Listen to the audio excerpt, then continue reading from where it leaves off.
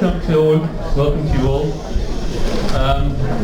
We are very honored here to have some people who've come to be with us this evening. Amongst us is the Mayor of Raanana, Chaim Brody. I'm going to start by just asking Chaim, because he has another event he has to go to. I'm just going to ask Chaim to say a few words, and then we'll carry on with the event.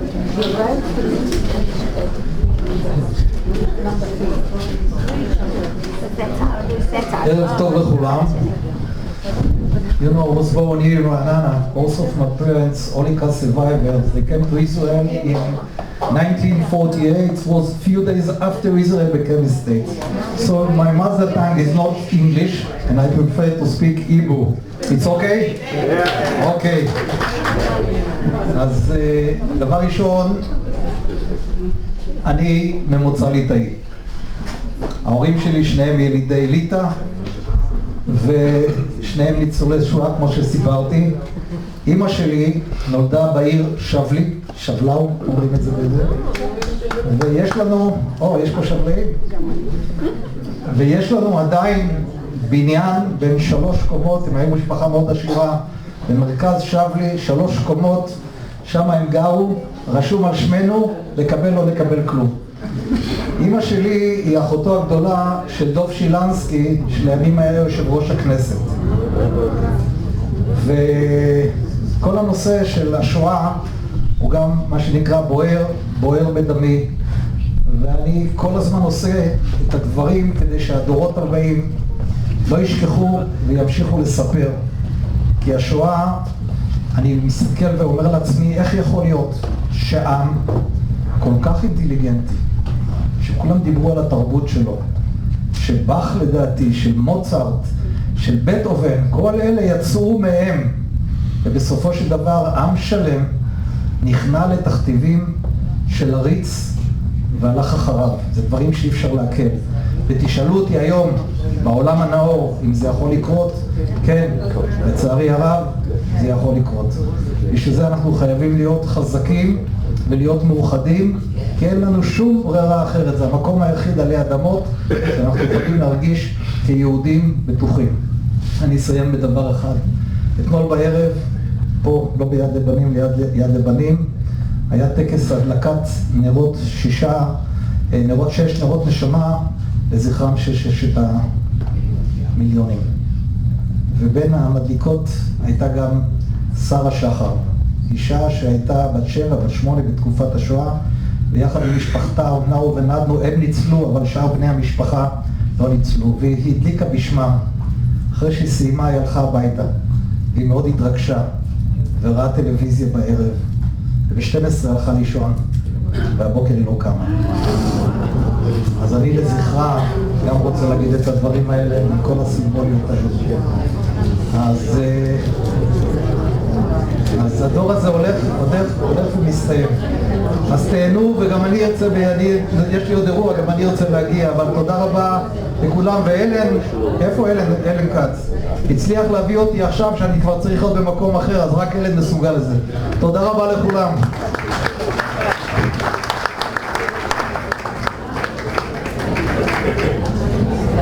Okay, we're working on the air conditioning, I believe, so I hope it'll start taking effect soon. Okay, I'm going to keep this short, and we're going to start the film short just after this. Tomorrow is the 80th anniversary of the start of the Warsaw Ghetto Uprising. There were a few brave men and women who stood up to the Nazis against all odds. They unfortunately did not prevail, but they left a powerful legacy for us all about the spirit of freedom. Most of the Jewish fighters did not view their actions as an effective measure by which to save themselves, but rather as a battle for the honor of the Jewish people and a protest against world silence. The legacy of the uprising lives on as a symbol of Jewish resistance and solidarity in the face of unimaginable evil. I submit to you that you will see in this film tonight that the context of the work being done by a few people in preventing authorities from distorting the truth in regard to the Holocaust in Lithuania, and which serves to represent the darkest period in the history of Jews and indeed mankind, is a direct and symbolic extension of that uprising. We are honored and privileged to have the director and producer Michael Kretzmer here with us tonight. And we will have following the film, we'll have a Q&A, and we hope we'll have a discussion and be able to pose questions to Michael. I'd like to welcome the director of Telford, Doron Klein. We're under the umbrella of Telford here this evening, and he's going to say a few words. Excuse me, no translation in Hebrew. לא נתרגם את הכל, גם הסרט באנגלית, היה כתוב שהסרט באנגלית. שלום וערב טוב.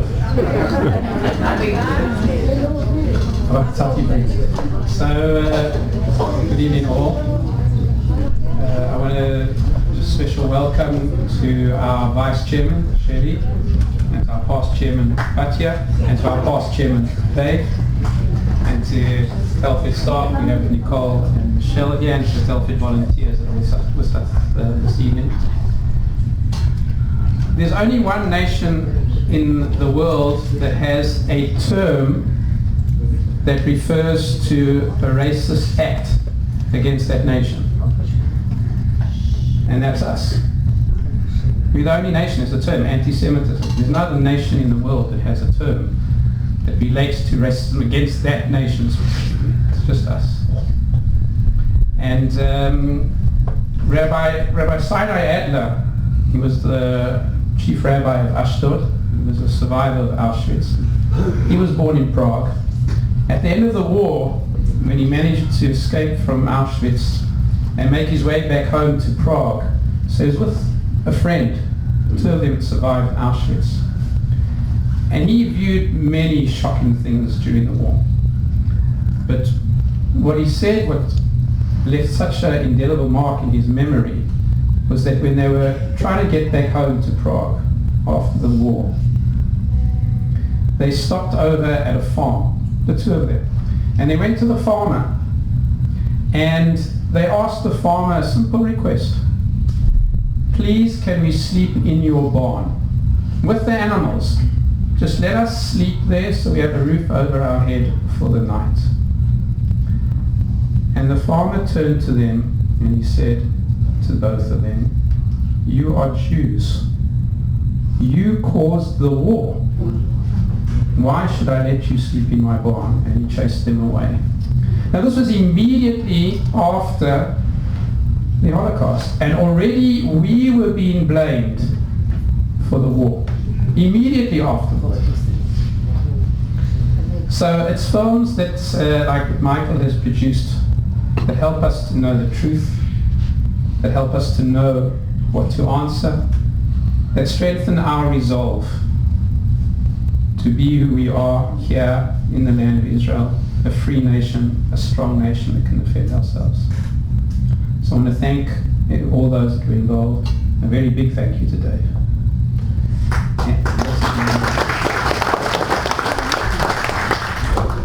When you exit, you'll notice there's a table outside in the foyer. There's some Telford magazines for those who didn't receive them in the mail. You're welcome to help yourself.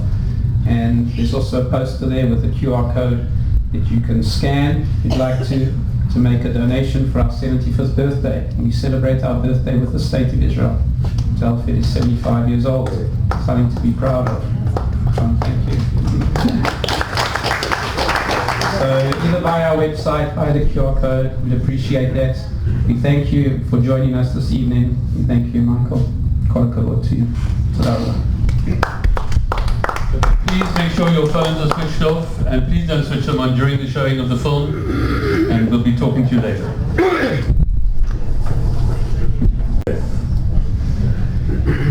Wonderful to have Michael here with us, who really was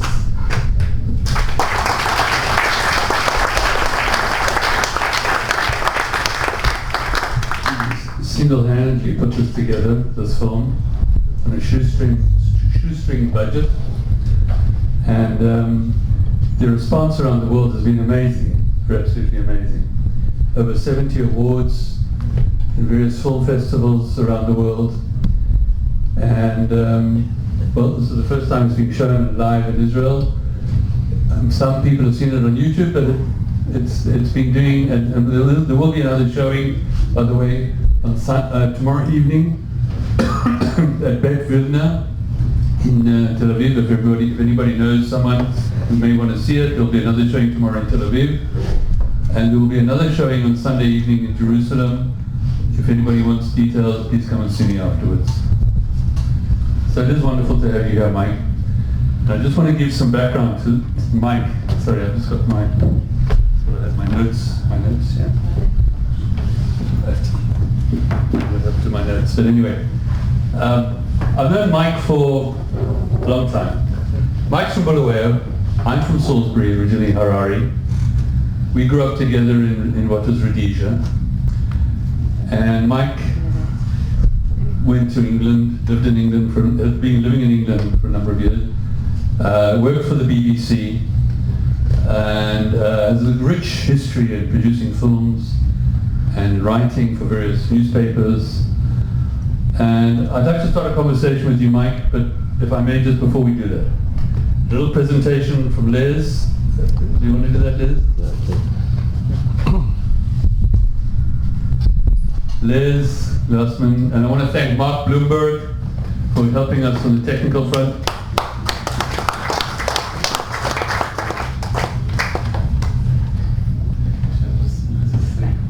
Okay, there really are no words. We are so grateful to you. The Torah says, justice you shall pursue. Not only have you pursued justice, but the truth. You've exposed it, and I think it will go down in the annals of Jewish history and, please God, world history. So we are extremely grateful to you.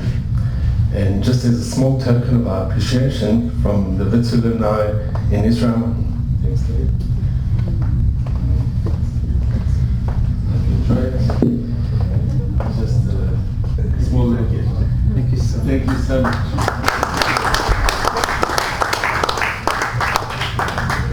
Okay, I'm going to kick off with a couple of questions for Michael, and then we'll open to the floor. Okay? Yeah. We've heard from in the words of Sylvia and of Grant how they came to be involved in the story. Tell us how you became involved in the story, because you came to it a bit later, I think. Firstly, can I say how honored I am and how moved I am to be here in Israel with people of my own congregation. I can't tell you how powerful a moment this is. When I was up in my study making this film, I honestly expected me and my unfortunate friends would be the only people to watch it. I never for a moment imagined it would go anywhere beyond YouTube.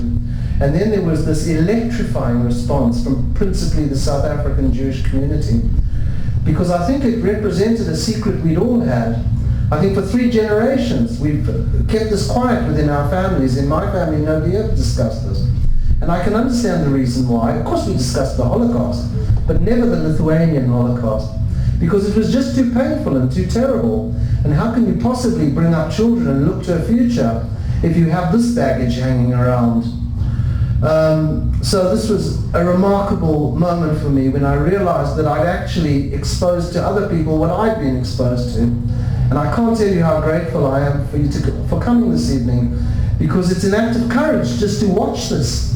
Nobody enjoys this. It's terrible. So I thank you really from the bottom of my heart, and I can't tell you how precious it is to me to be here in Israel showing it. So thank you very much. I've said that our family avoided the Lithuanian rural Holocaust very much. We had these pictures that floated around in the family chest, and they didn't have names, and gradually they went to the bottom of the pile, and we forgot who these people were and what happened. I was persuaded to go to Lithuania in 2019 to attend a memorial in Biržai. You saw the sequence on Biržai, and the people that followed the famous list of famous Litvak, they were all members of my family. It's my own tribute to them. So I went to this memorial, which was organized by Abel and Glenda Levitt and Farsaba, and all honor to them for doing it. I'm very fond of them. And what they did was an incredible thing. They created this name monument We tried to name the 2,400 people who were murdered in Bourget, and in spite of very scholarly efforts, we were only able to name 550 people.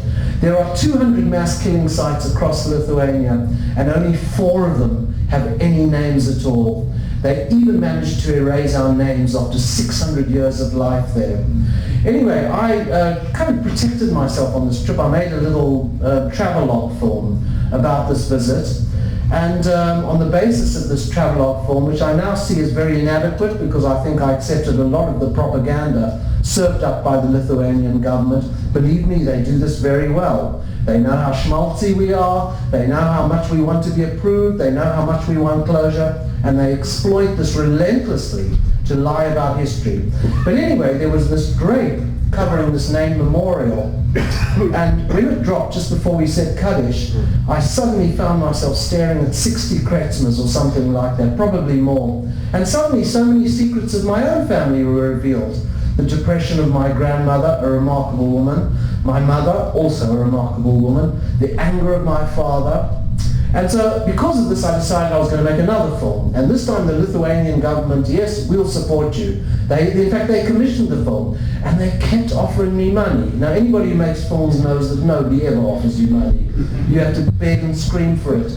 They kept trying to throw money at me. And I suddenly realized the reason they're doing this is because I'm a Jew. And they know that Jews love money. Yes, they are that crude. And then I sort of became a bit suspicious, and I said, I presume, as you can in any normal country, portray the facts of the Holocaust accurately, as long as you look at proper historians. I said I would have the freedom to do that, wouldn't I? And then I started getting these stupid Soviet-speak emails. No, you must only use approved historians. This is a scientific thing. In other words, I was at the behest of the Genocide Center. They would control how I portrayed this message. Well, I gave a very short 2-word answer. The second word was off. And at that stage, I also realized that there were people working on this, very brave people. David Katz, Professor David Katz, who runs the Defending History website, a very powerful resource. Ephraim Zurov of the Simon Wiesenthal Center, Ruta Vanagaita, a brave Lithuanian woman, and of course the 2 protagonists of my film, Grant Goshen and Sylvia Foti. And one day I have a little tiny little farm which I amuse myself on. I remember making a promise to myself when I realized how and we all had been duped. I made a promise to do whatever I could to fight this. The only thing I could do, I'd been a filmmaker about, 25 years before this. That was my only weapon, so I said, I'm going to make a film about it. And from that moment, I absolutely dedicated my life to this. I became utterly obsessed by it. I couldn't put it down. Even when I had bad stuff to deal with, I never lost an hour on this. This was my absolute priority to finish this film. And that's how it came to be made.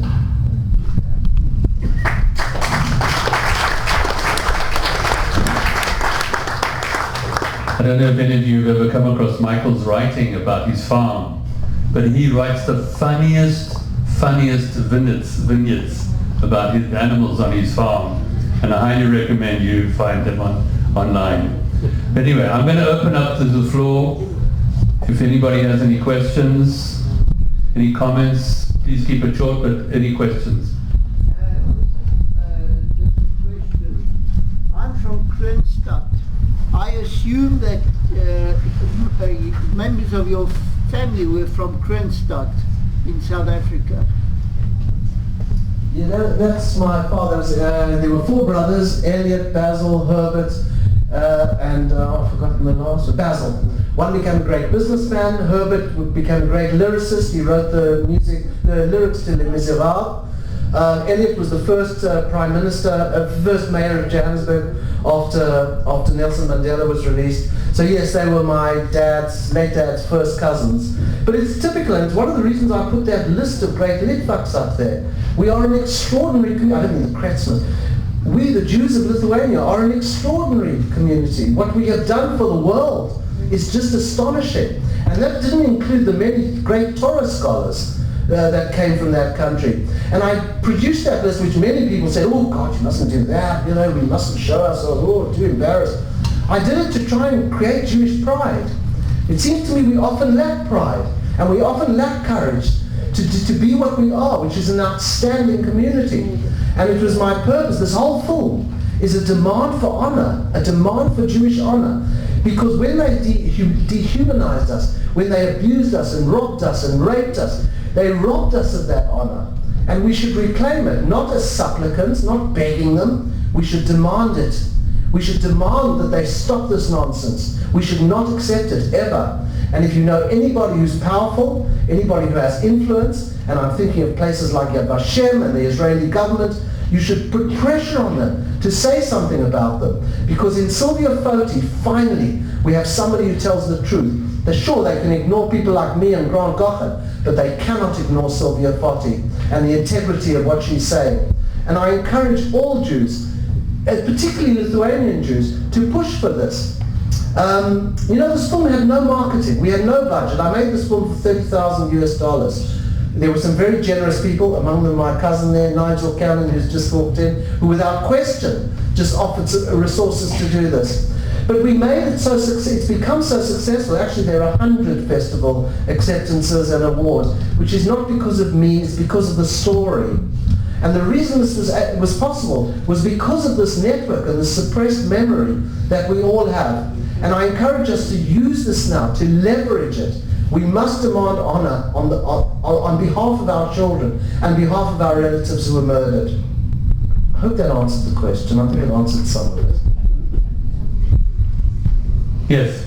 So has any inroads been made since 2021? The question was, have any inroads been made? I presume you mean into the Lithuanian consciousness.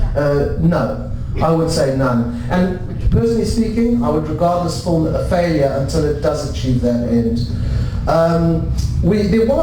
As you probably know, it was shown through the South African Jewish Report.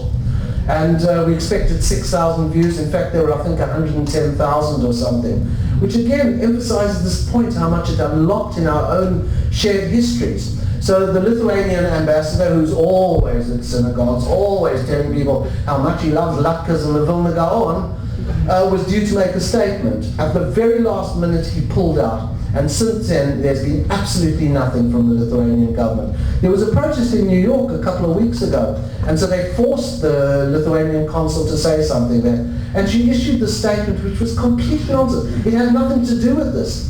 And again, she got away with it, because nobody ever holds them to account. We are now pumping this film out across Lithuania on a reasonably dissident news channel and on the internet. And I did get a couple of emails yesterday from Lithuanians who actually welcomed it. You know, this film, although it offers us justice, it offers something even more important to Lithuania. It offers them redemption. And I hope it achieves that, because really, we have a very clear idea of justice on this. Guilt does not transmit intergenerationally. The people who live in Lithuania today are not guilty. They are being made accomplices by their government.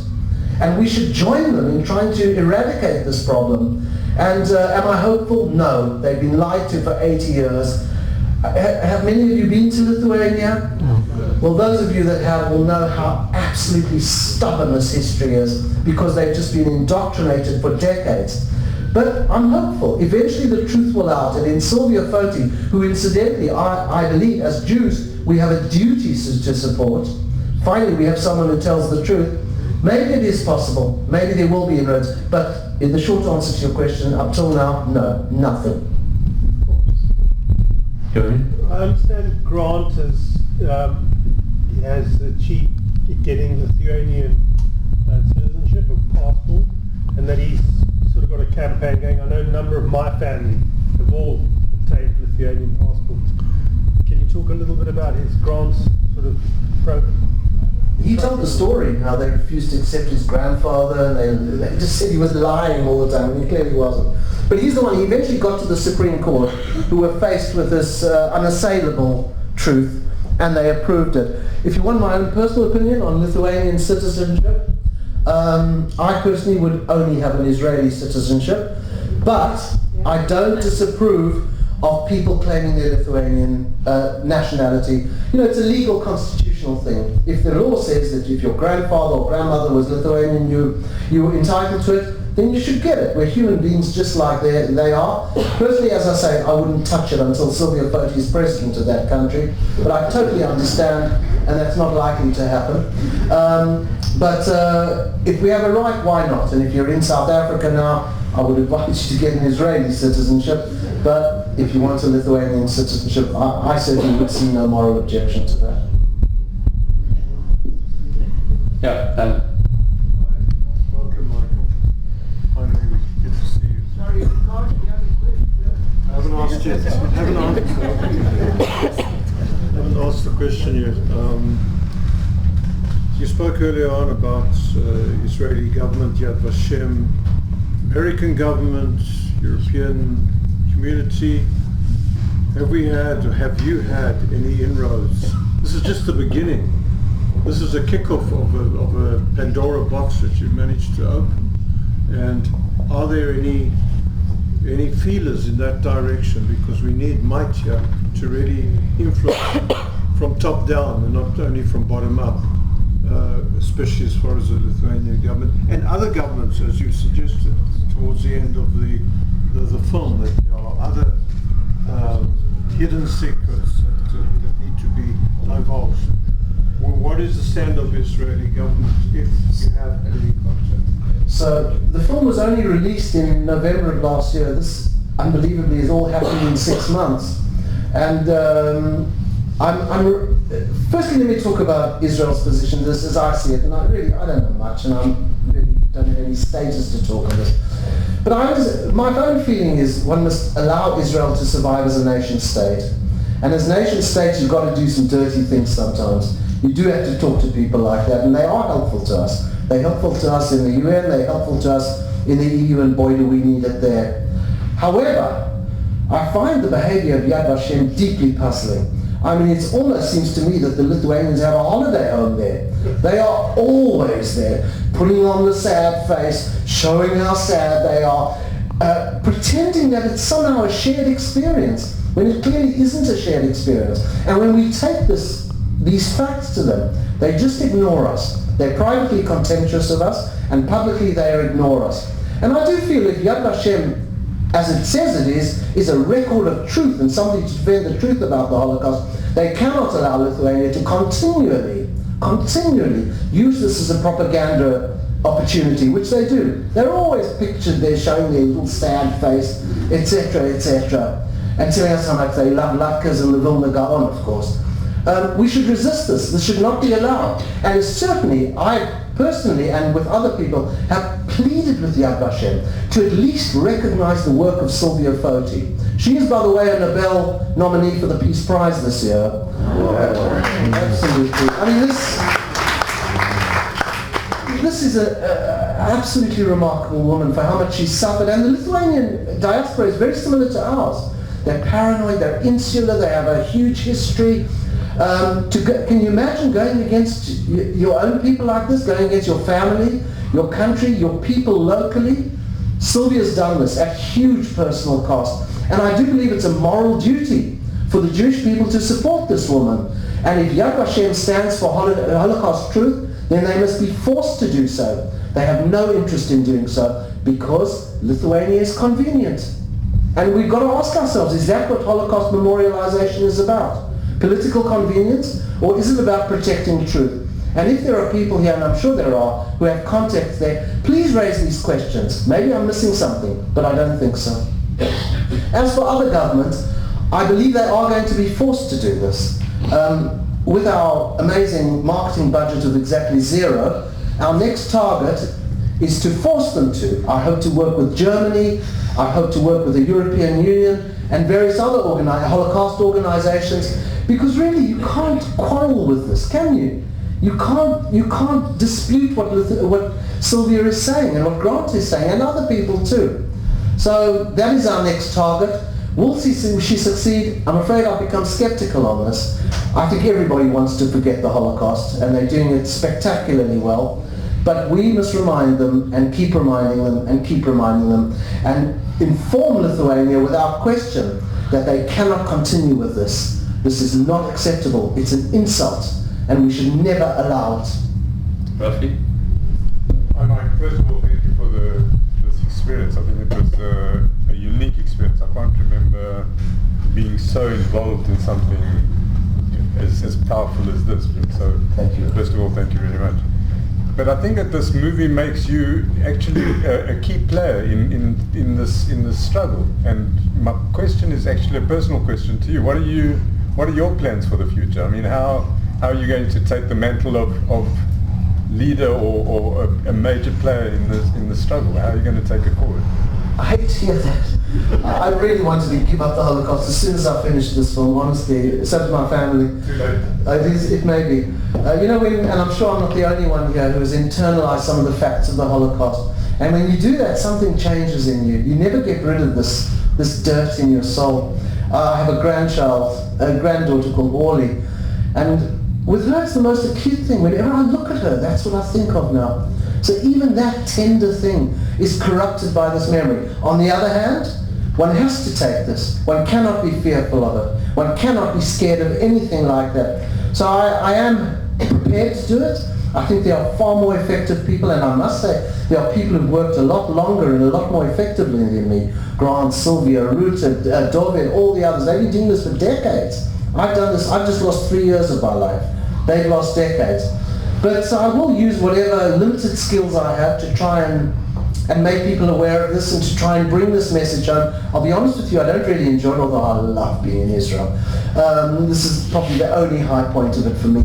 But yes, I do regard it as a responsibility, and I will carry on doing it for as long as I'm effective. But I hope there are more people who are more effective than me who can take this on and do something. There probably some of you are, and I hope you do. As I said, we've had no marketing budget, no marketing expertise, yet it's gone around the world. So if you in your own communities, with your own synagogues or community centers, or journalists or anybody with influence, if you can send them the link to the film and preferably engage in conversation, because it's during conversation is actually more important than the film itself, then maybe we can achieve the impossible. Maybe we can win honor for our people and fight for justice, because it should be done. Anybody? Yeah. Hi, Michael. Just a practical suggestion would be to have the movie subtitled in Hebrew and be given to the major television networks for screening. And there are other Holocaust institutions about Israel, around Israel, the Ghetto Fighters House, and so on, which are wonderful places within which to distribute the movie or amongst students in Israel. But, I would so welcome that. And if anybody here has got any ideas, the Chomea Ghetto Ort refused to show it. Instead, the Lithuania went there and put on the sad face. Yad Vashem refused to show it. Instead, we have Lithuanian ambassadors going there and putting on the sad face and how much they love latkes and the Vilna Gaon. However, you can't resist this forever, and you can't resist the demands of Jewish people. So please, become part of it. Tell them they've got to watch it. Send them the link. Organize a showing. Demand that they do it. That's the only way it's going to work. And I have to say, it's had spectacular success so far. I made this film not as a filmmaker, I made it as a political activist. And if people can help us get this film out there, that would be marvelous. I don't think they can resist it forever. And this is our last chance.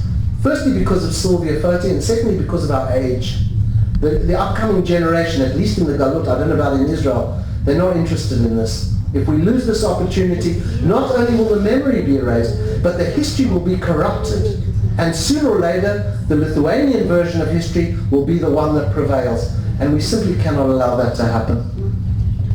Just to mention, thanks to Mark Bloomberg up here, we do now have a version with Hebrew subtitles. So we are tomorrow evening at Bet Vilna will be a version with Hebrew subtitles for the audience, and that's being marketed there. And if anybody knows of people who, unfortunately I didn't get a chance to tell this lady who wanted it to have translation, I didn't have a chance to tell her that there's a showing tomorrow evening in Hebrew. Please, excellent film, thank you very much. And especially now that I understand the passion and motivation behind it and the budget, it's truly spectacular. Have you come across a guy called Rich Brownstein? He's the world authority in Holocaust cinema. I haven't. No. So he lives in Israel, and I will connect you with him. He's written the definitive book on 400 Holocaust movies, and I'm sure he'll be able to use his network somehow to help you get it out. So. Please do. And the film is free, by the way. Anybody can show it anywhere, and I will make anything available. And you also got a website. I don't want to put the link out generally because we have festival commitments and things like that, so I'm not really allowed to. But to any reputable organisation or person, I'm happy to send the link anywhere. And I'm happy to give it to other people to do, as long as they exercise that with some discretion, that it doesn't go viral as it has done a few times. Hello, Mike. First of all, I mean, all of your film and the position and the struggle that you have undertaken. I wanted to ask you, if you had, I know that it's early days, the film has just come out a few months ago, but can you comment a bit about its acceptance and circulation in the United States, especially among United States jury who have a constant conversation with the United States government? Because it seems that the major pressure on Lithuania will come from major powers such as the United States, especially as they are now in the Baltic states are in a rather precarious position vis-a-vis Putin's Russia and its expansionism. They are very dependent on good relations with US administrations. Coming up as a grassroots response from the Jewish community to the US government could be a very, very important factor at that level. I absolutely agree, and Grant Goshen, Grant gets up at 7 o'clock every day. He goes to bed at 11 o'clock at night, working on this thing constantly. He pisses off almost everybody he meets. He's rude to almost everybody, but he is a fantastic fighter for truth. And Grant has done a great deal of good work in the US Congress, and he tries it. But we have to face the fact, people don't enjoy this. They don't want to listen to it. They don't care. They're interested in the realpolitik of Ukraine, and this does not fit comfortably within the narrative. Actually, I don't agree with that. I think the war in Ukraine is about historical accuracy. And the way, for example, Russia, I mean, Ukraine does it as well, but the way Russia manipulates history to its own ends. So I see this as something that can actually do some good in the world. But can we get through to people? Well, we certainly can't. We certainly can't if our major Holocaust institutions and museums don't support us. Yeah. And they don't at the moment. They resist us at every turn. It's scandalous. If I may congratulate you on your efforts, applaud your efforts and congratulate you on the actual achievement. I've got one or two questions on the film, and that's on the character of Nureka, who looks to all the pictures that you showed to be a young, handsome lad. I mean, was this a gang of people that did he use his military? Was he head of a military? Was he able to get everybody else involved in the action? Was it like a mob, or was it? No, it was very organized. He was the civilian head of the civilian administration. It was true, it was under the Nazis. And he was in charge of rounding up and robbing the Jews and then having them killed. Lithuania will say, but there isn't a document which says you must now kill the Jews. Well, Eichmann didn't produce that either. But it's absolutely clear that that was the intention from the beginning. And it's absolutely clear that's what he did. So it was mob violence? Pardon? It was mob violence? I wouldn't say it was mob. It was mob violence in the early days when there was all that raping and massacring. But later it was a very systematized violence. It was organized. There was organized robbery. There was organized work details. There was organized murder. None of this happened by chance. And he was in charge of it. It's extraordinary that they resist this and they bring up bogus proofs that he was arrested. I mean, the idea that he was a rescuer of Jews, it's almost a calculated insult, isn't it? I mean, by all means say he was misguided or this, but they actually say no, not only was he not a killer, he was a rescuer. Another insult, which we accept. We'll take one more question and then we'll wrap up. Anybody?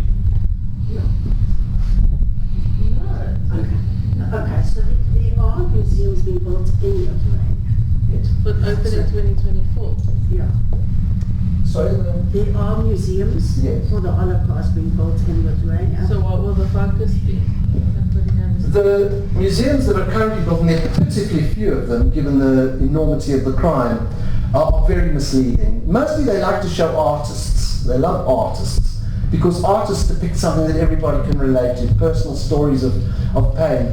There's very little that explains their history, and as far as I'm concerned, there's nothing so far that explains Lithuanian culpability and involvement in the Holocaust. They do everything they can to obfuscate this. I understand the new, I think it's called the Shtetl Museum at Sedova. The Lost Shtetl Museum. At Sedova, is that where it's being built? At Sedova, yeah. Yeah. So that's being built, and I have hopes that that will be better. I think there's a tide of protest now that is compelling the Lithuanians to allow more truth. But there's been, in all their institutions, in their education system, and in everything word they utter, all you will find is obfuscation, denial, and distortion. So not much progress, I'm afraid. I don't have a question, but I just want to say that Yair Lapid was very, very outspoken in the Polish government's actions of rewriting Polish history. And I think that if this can get to something in government level, I think that there will be people who are outspoken in the government on the policies with Lithuania. Dinah, all I'd say is Dinah was my neighbour in Bulawayo, by the way. So really nice to see you. If anybody here has contacts, and I know what Israel's like, I'm sure people do, please ask them to watch the film, or if they can't be bothered to watch the film, to read some of the materials that are produced and do something about this. The way they're managing it now is in the most disgusting form of PR, where they come and tell us how much they love us, and then they go and defend a mass murderer. It's insult after insult.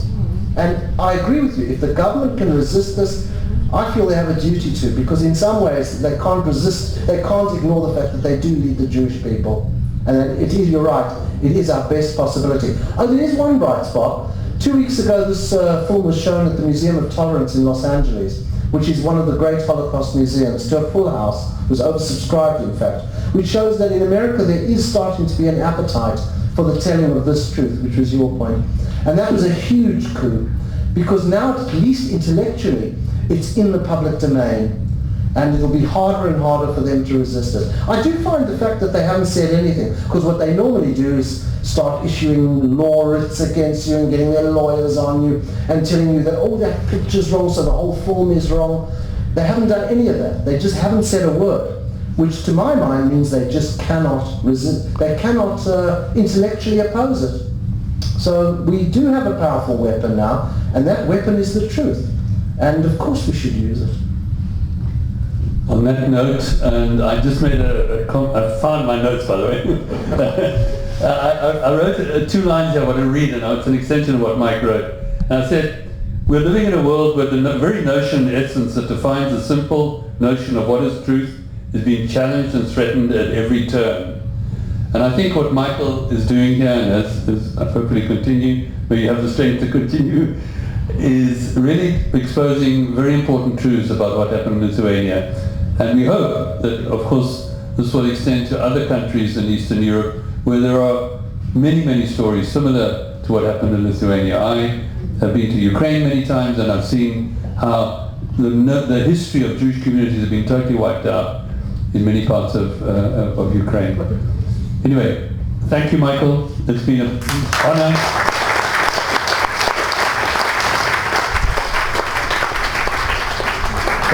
Thank you all for coming. Thanks again for Telfed. Please support Telfed on your way out. Thanks to the staff of Telfed for helping to promote it, to Nicole and Michelle. Sorry. And good night.